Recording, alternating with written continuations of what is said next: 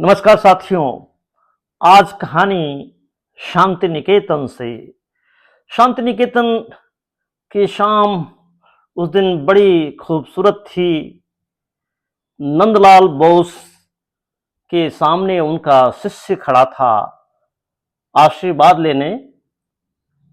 वो शिष्य जबलपुर वापस आ रहा था शांति निकेतन में चित्रकला की पढ़ाई पूरी करके। गुरुजी से बोलता है वह शिष्य, अब जबलपुर जा रहा हूं गुरुजी, आपसे आपका आशीष लेने आया हूं, आशीर्वाद लेने आया हूं।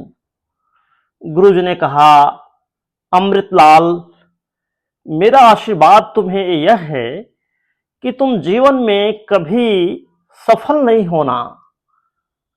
सफल नहीं होना जीवन में, तो किसके लिए शांति निकेतन में पढ़ाई करने आया था?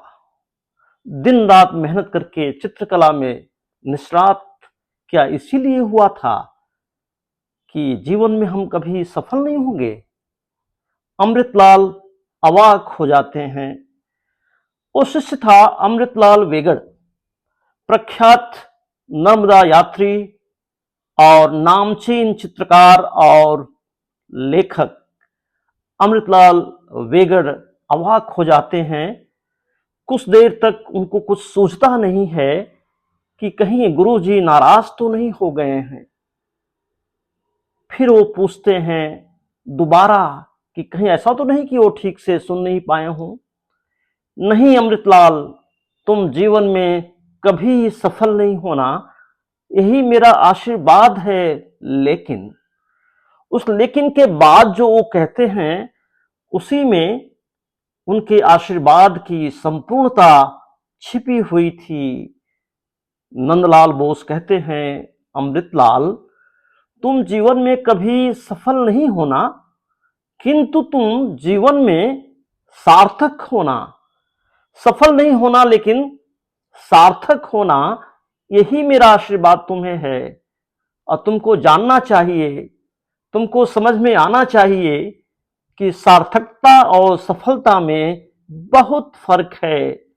सफल तो लाखों करोड़ों लोग होते हैं, लेकिन उनमें से बहुत कम लोग अपना जीवन सार्थक सिद्ध कर पाते हैं। अमृतलाल वेगड़ के दिल में अपने गुरु नंदलाल बोस की वो बात उतर आई, वो शिक्षा उतर आई। शांति निकेतन से जबलपुर चलते हुए उनके मन मानस में सार्थक जीवन के बीज का अंकुरण होने लगा था। जबलपुर पहुंचते हैं अमृतलाल वेगड़ और नर्मदा में इस तरह डूब जाते हैं कि रेखांकन के माध्यम से, चित्रकला के माध्यम से और शब्द चित्रों के माध्यम से नर्मदा को जीते हैं। और इस तरह की किताबें सामने आती हैं, इस तरह की किताबें सामने आती हैं जो न केवल हिंदी में बल्कि अंग्रेजी और गुजराती में भी अनुदित होती हैं। तमाम बड़े बड़े व्याख्यानों में आमंत्रित किए जाते हैं। नर्मदा पर इतने वो सिद्धहस्त हो जाते हैं, जीवनदायिनी, मोक्षदायिनी नर्मदा पर अमृतलाल वेगड़। तो साथियों, नंदलाल बोस के बारे में भी आपको थोड़ा सा बता दूं, आप जानते भी होंगे। उस समय स्वतंत्रता संग्राम के बाद जब देश आजाद हुआ था, तो भारत का संविधान बन रहा था। तो उस संविधान के अलंकरण के लिए नंदलाल बोस को नियुक्त किया गया था।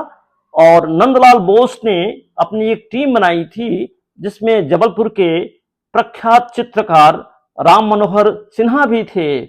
तो वो थे नंदलाल बोस और ये थे अमृतलाल वेगड़, जो अपनी सुदीर्घ रचनात्मक जीवन की पारी खेलते हुए इस दुनिया से विदा हुए थे।